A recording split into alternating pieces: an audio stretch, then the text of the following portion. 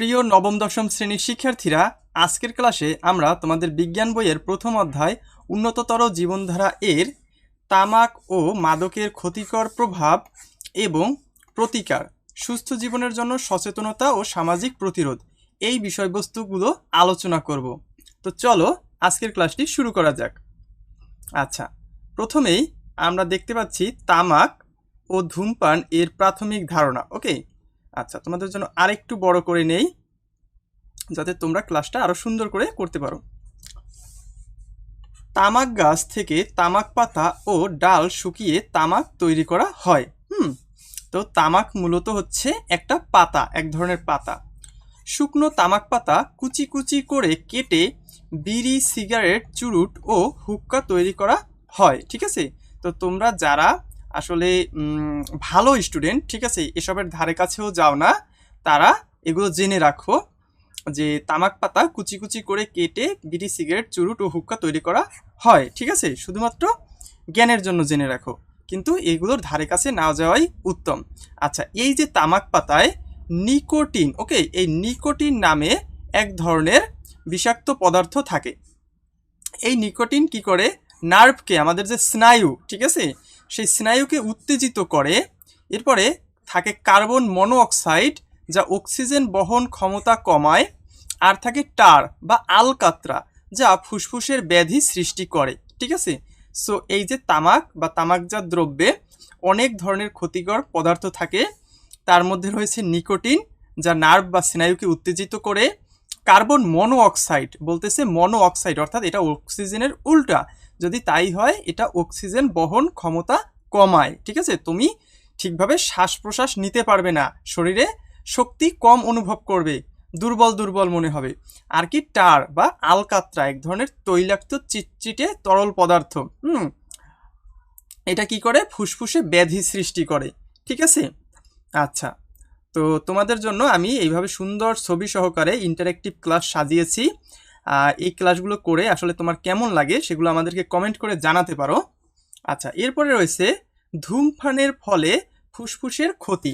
ঠিক আছে, আমরা এই যে ডান সাইডে যে ফুসফুসটা দেখতে পাচ্ছি, এটা হচ্ছে একটা সুস্থ ফুসফুস। ওকে, এই ডান পাশের ফুসফুসটা হচ্ছে একটা সুস্থ ফুসফুস, যারা বিড়ি সিগারেট খায় না বা ধূমপান করে না। আর এই যে আমরা, আচ্ছা দুঃখিত, এটা তো বাম পাশ, ঠিক আছে, তোমাদের সাপেক্ষে এটা বাঁ পাশ। আর এই যে আমরা ডান পাশে যে ফুসফুসটা দেখতে পাচ্ছি, এটা হচ্ছে কি? এটা খুবই অসুস্থ একটা ফুসফুস বা ধূমপায়ীর ফুসফুস। যারা ধূমপান করে তাদের ফুসফুসে এরকম অবস্থা হয়। ঠিক আছে, এটা কিন্তু সত্যি, এটা আবার ভেবো না যে এমনিই বলে, সত্যিকারেই কিন্তু যারা ধূমপান করে তাদের ফুসফুস এমন হয়ে যায়। ঠিক আছে, প্রিয় শিক্ষার্থী, আমাদের চ্যানেলের ভিডিওগুলো যদি তোমার পড়াশোনায় একটুও হেল্প করতে পারে, তবে আমাদের চ্যানেলটি সাবস্ক্রাইব করে দিতে পারো। এই ভিডিওটি ভালো লাগলে একটি লাইক দিও।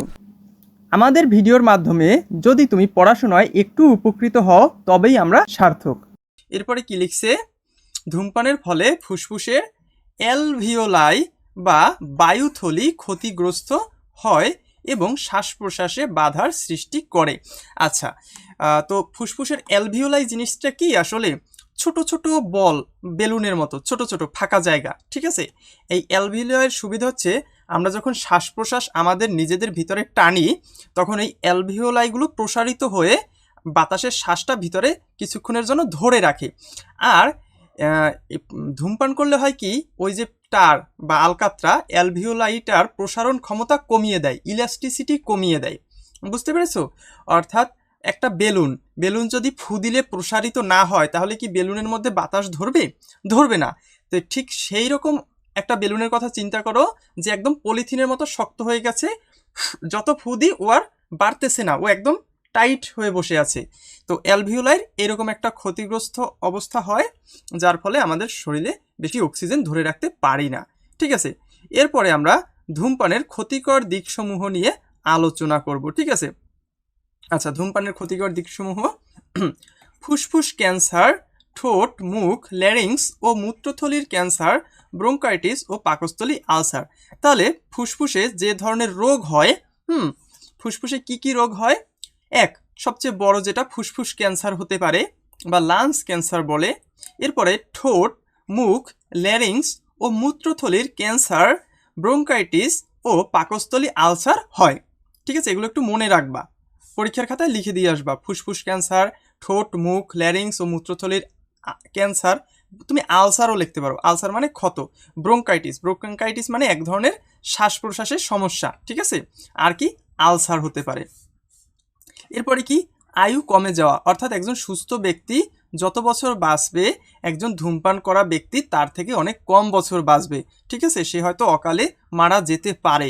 ঠিক আছে, একজন সুস্থ ব্যক্তি যদি 80 বছর বাঁচে, তার বিপরীতে একজন ধূমপান করা ব্যক্তি 40-50 বছর বয়সেই মারা যেতে পারে। ঠিক আছে, আচ্ছা এরপরে কি রয়েছে, যারা ধূমপায়ীর কাছাকাছি থাকে তাদেরও ক্ষতি হয়, এটাকে বলা হয় প্যাসিভ স্মোকিং। ঠিক আছে, আমি তোমাদের এই নামটা বলে দিচ্ছি, মনে রাখো। ঠিক আছে, এটাকে বলা হয় প্যাসিভ স্মোকিং।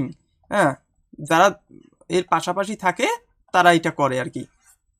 তো প্যাসিভ স্মোকিং মানে হচ্ছে পরোক্ষ ধূমপান, অন্যের ধূমপানের ধোঁয়া নিজের শরীরে প্রবেশ করা, এটা হচ্ছে প্যাসিভ স্মোকিং। আর একটা কি, এই যে স্মোকিংয়ের বা ধূমপানের বিষাক্ত ধোঁয়া ও তাপ শ্বাসনালীর ক্ষতি করে। ধূমপান তো মানে সিগারেটের ধোঁয়া, সেটা কি মানুষ কি করে শ্বাসনালীতে, ধূমপায়ীরা শ্বাসনালীতে টেনে টেনে নিতে থাকে, আর ধীরে ধীরে আমাদের শ্বাসনালী এটা ক্ষতিগ্রস্ত হয়। বোঝা গেল?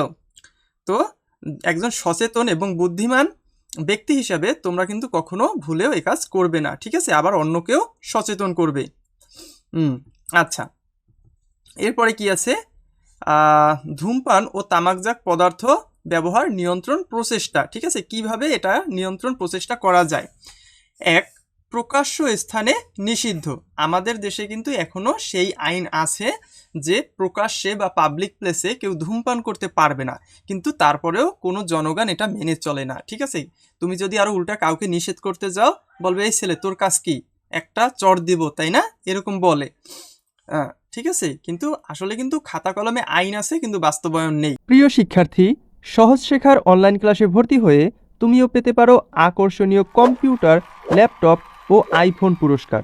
বিস্তারিত জানতে সহজশেখা.com ওয়েবসাইটে ঘুরে আসো অথবা ভিডিওর ডেসক্রিপশন বক্স থেকে আমাদের সঙ্গে যোগাযোগ করো। বাস, ট্রেন, খোলা স্থান, রেস্তোরাঁ, অফিস, হাসপাতাল ও স্টেশনে ধূমপান আইনত দণ্ডনীয় অপরাধ। ঠিক আছে, এটাতে কিন্তু জরিমানা হয়, 2000 টাকা না কয় হাজার টাকা জানি জরিমানার বিধান আছে। এরপরে কি, বিজ্ঞাপন নিষিদ্ধ, অর্থাৎ ধূমপান জাতীয় দ্রব্যের কোনো অ্যাডভার্টাইজিং করার কোনো কি নেই, অধিকার নেই। ঠিক আছে, তাদের কোনো রাইটস নেই। তারপরেও কিন্তু চুপে চাপে অনেক কোম্পানি তাদের বিড়ি সিগারেটের বিজ্ঞাপন দেয়। ঠিক আছে, এরপর কি আছে, তামাকজাত দ্রব্যের বিজ্ঞাপন, প্রচার ও বিপণন নিষিদ্ধ। ঠিক আছে, তাহলে কোনো কোম্পানি চাইলেই তামাকজাত দ্রব্যের বিজ্ঞাপন অর্থাৎ বিড়ি, সিগারেট, চুরুট এগুলোর বিজ্ঞাপন, প্রচার ও বিপণন করতে পারবে না। আচ্ছা, বিপণন কি, এটা তো হবে, ঠিক আছে ঠিক আছে, বিক্রি করতে পারে, ওদের লাইসেন্স আছে। আচ্ছা, এরপরে কি, সতর্কীকরণ বার্তা, তামাকের মোড়কে ধূমপান স্বাস্থ্যের জন্য ক্ষতিকর বা ধূমপান হৃদরোগের কারণ লেখা বাধ্যতামূলক। ঠিক আছে, তাহলে সিগারেটের প্যাকেটে লিখে রাখতে হবে নিচের দিকে যে ধূমপান মৃত্যুর কারণ অথবা ধূমপান স্বাস্থ্যের জন্য ক্ষতিকর, এটা লিখতে হবে এবং এমনকি ছবিও দিতে হবে। তারপরেও এসব দেখে কি কেউ এই ধূমপান খাওয়া বন্ধ দেয় না। আসলে এটা হচ্ছে যার যার বুদ্ধির বুঝের অভাব, বুঝছো। এরপরে কি, বিক্রয় নিয়ন্ত্রণ। বিক্রয় কিন্তু নিষিদ্ধ না, হর হামেশাই কিন্তু দোকানে পাওয়া যায়, কিন্তু সরকার এটাকে নিয়ন্ত্রণ করে কিভাবে, অনেক বেশি ভ্যাট ট্যাক্স এটার উপর চাপিয়ে দেয়। ঠিক আছে, যার ফলে কোম্পানিগুলো যেন একটু কম কম বিক্রি করে আর মানুষও যেন দামের কারণে কম কম খায়। কিন্তু বাস্তবে কি তাই হয় বলো? সিগারেটের দাম বাড়লেও যারা সিগারেট খায় তারা খেয়ে যায়, এরা আসলে বোঝে না কিছু, বুঝছো। আচ্ছা, এরপরে কি, মাদকাসক্তি কি। বিশ্ব স্বাস্থ্য সংস্থা WHO এর মতে মাদকাসক্তি হলো এমন একটি শারীরিক ও মানসিক অবস্থা যেখানে মাদক ব্যবহারের ফলে ব্যক্তির আচরণ ও দৃষ্টিভঙ্গিতে ক্ষতিকর ও স্থায়ী পরিবর্তন ঘটে। তাহলে মাদকাসক্তি কি, এটা নিয়ে বিশ্ব স্বাস্থ্য সংস্থা বা ওয়ার্ল্ড হেলথ অর্গানাইজেশন WHO, আচ্ছা এখানে একটু WORLD, world health, HEALTH, organisation, ঠিক আছে, অর্গানাইজেশন। আচ্ছা, এখানে লেখার জায়গা নেই, ঠিক আছে। বিশ্ব স্বাস্থ্য সংস্থা এর মতে মাদকাসক্তি হলো এমন একটি শারীরিক ও মানসিক অবস্থা। শারীরিক মানে কি, সে মাদকটা তো শরীর থেকেই গ্রহণ করে, ঠিক আছে, আর কি শরীরেরই তো ক্ষতি হয়, শরীরে গিয়েই তো পৌঁছায়।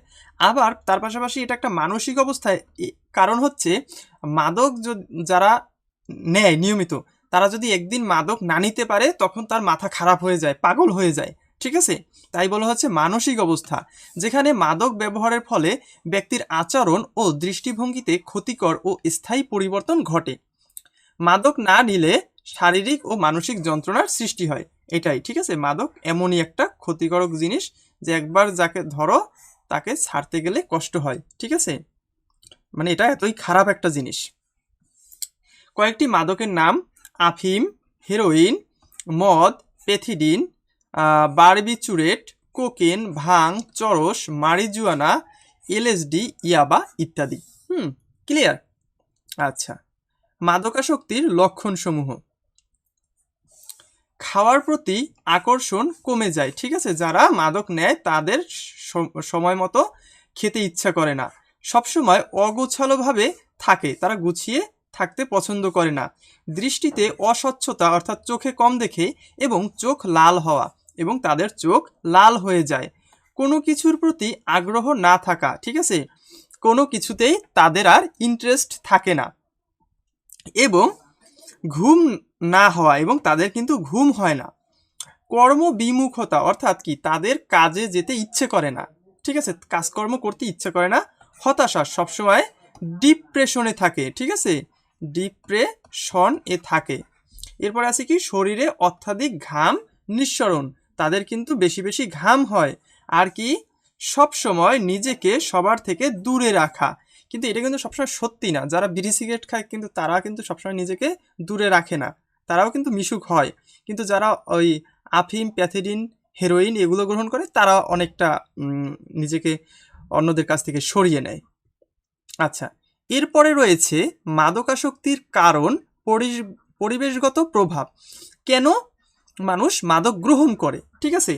1 নম্বর কারণ হচ্ছে মাদকের সহজলভ্যতা, অর্থাৎ চাইলেই মাদক পাওয়া যায়, ঠিক আছে, বিশেষ করে বাংলাদেশ, ভারত, পাকিস্তানের মতো থার্ড ওয়ার্ল্ড কান্ট্রিগুলোতে মাদকের সহজলভ্যতা বেশি।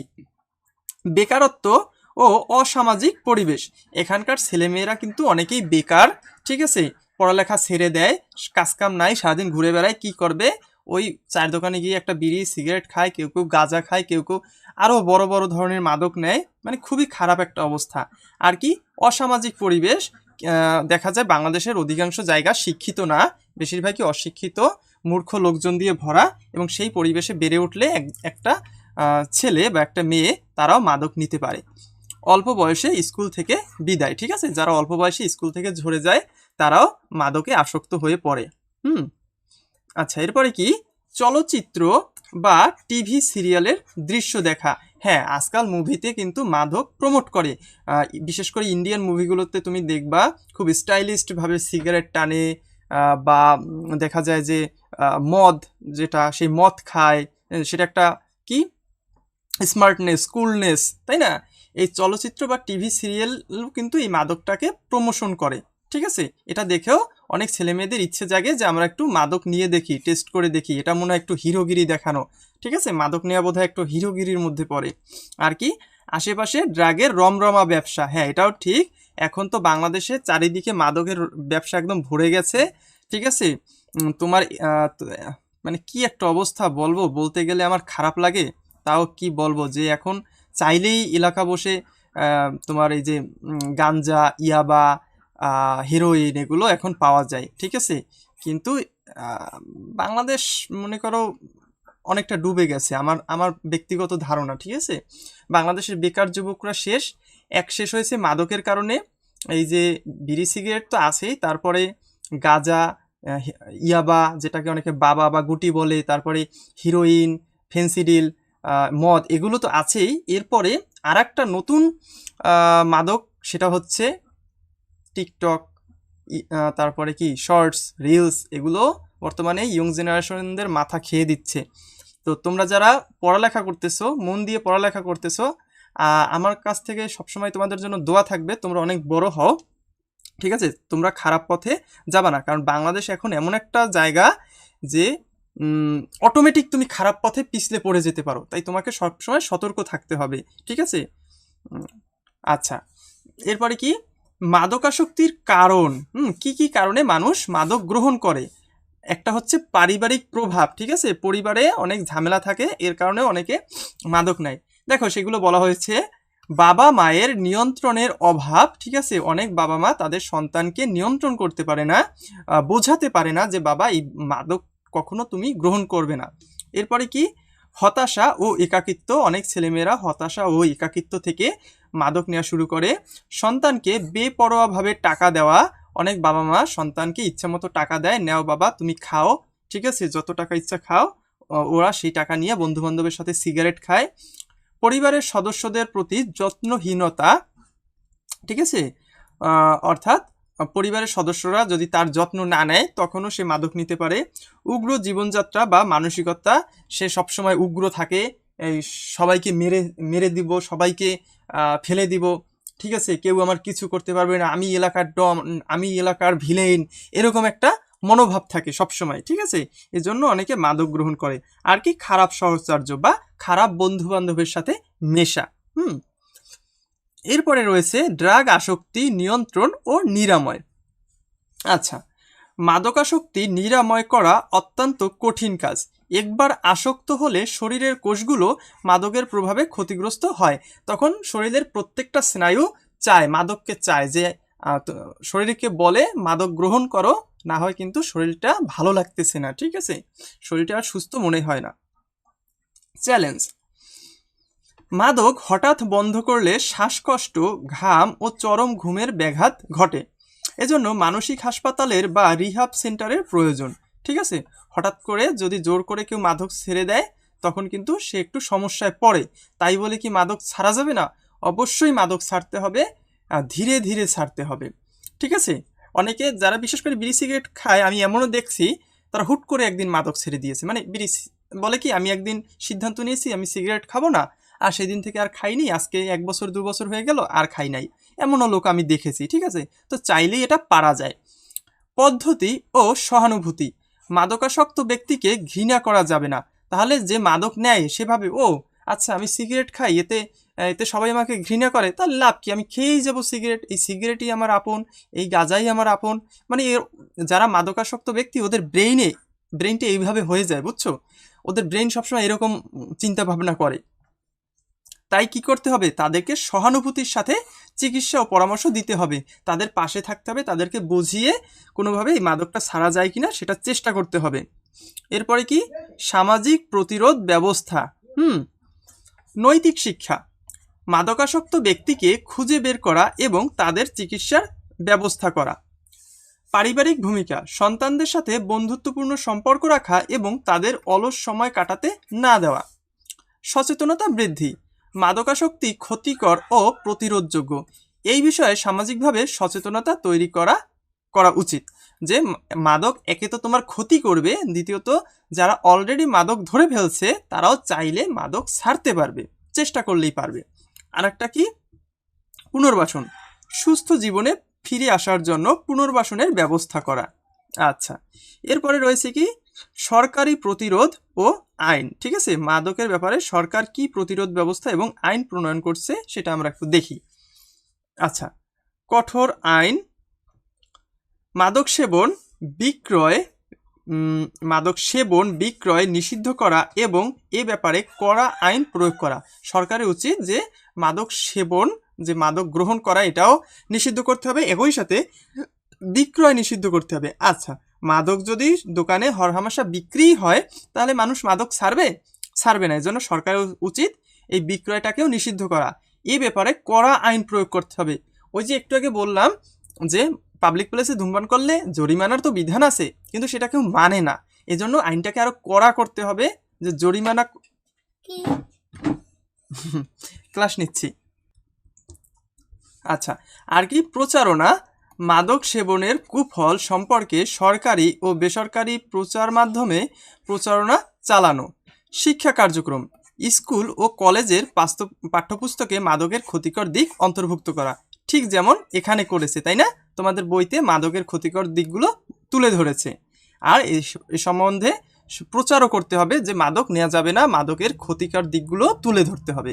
ঠিক আছে? আচ্ছা, এরপরে রয়েছে কি আমাদের করণীয়? সুস্থ চিত্ত বিনোদন ও খেলাধুলায় নিজেকে ব্যস্ত রাখতে হবে। তাহলে মাদক থেকে দূরে থাকতে আমাদের কি করতে হবে সেই প্রশ্ন যদি আসে, তখন তুমি বলবা কি? সুস্থ চিত্ত বিনোদন ও খেলাধুলায় নিজেকে ব্যস্ত রাখতে হবে, ভালো বন্ধুদের সাথে মেশা এবং খারাপ সঙ্গ ত্যাগ করতে হবে। অবশ্যই খারাপ বন্ধুদের সাথে মেশা যাবে না। আর কি? মাদককে সরাসরি না বলতে হবে, যে না আমি মাদক নিব না। বন্ধু বান্ধব যদি অফারও করে সেক্ষেত্রে বলতে হবে যে না, আমি এই পথে যাব না। বুঝতে পেরেছো? তো এই ক্লাসটা এ পর্যন্তই। আগামী ক্লাসগুলোও কিন্তু এরকম ইন্টারেক্টিভ ক্লাস হবে, ছবির সাহায্যে তোমাদেরকে সুন্দরভাবে বুঝিয়ে দেওয়া হবে। আর এই ক্লাসটা কেমন লাগলো কমেন্ট করে জানাতে পারো। পরবর্তী ক্লাসের জন্য তোমাকে ওয়েলকাম।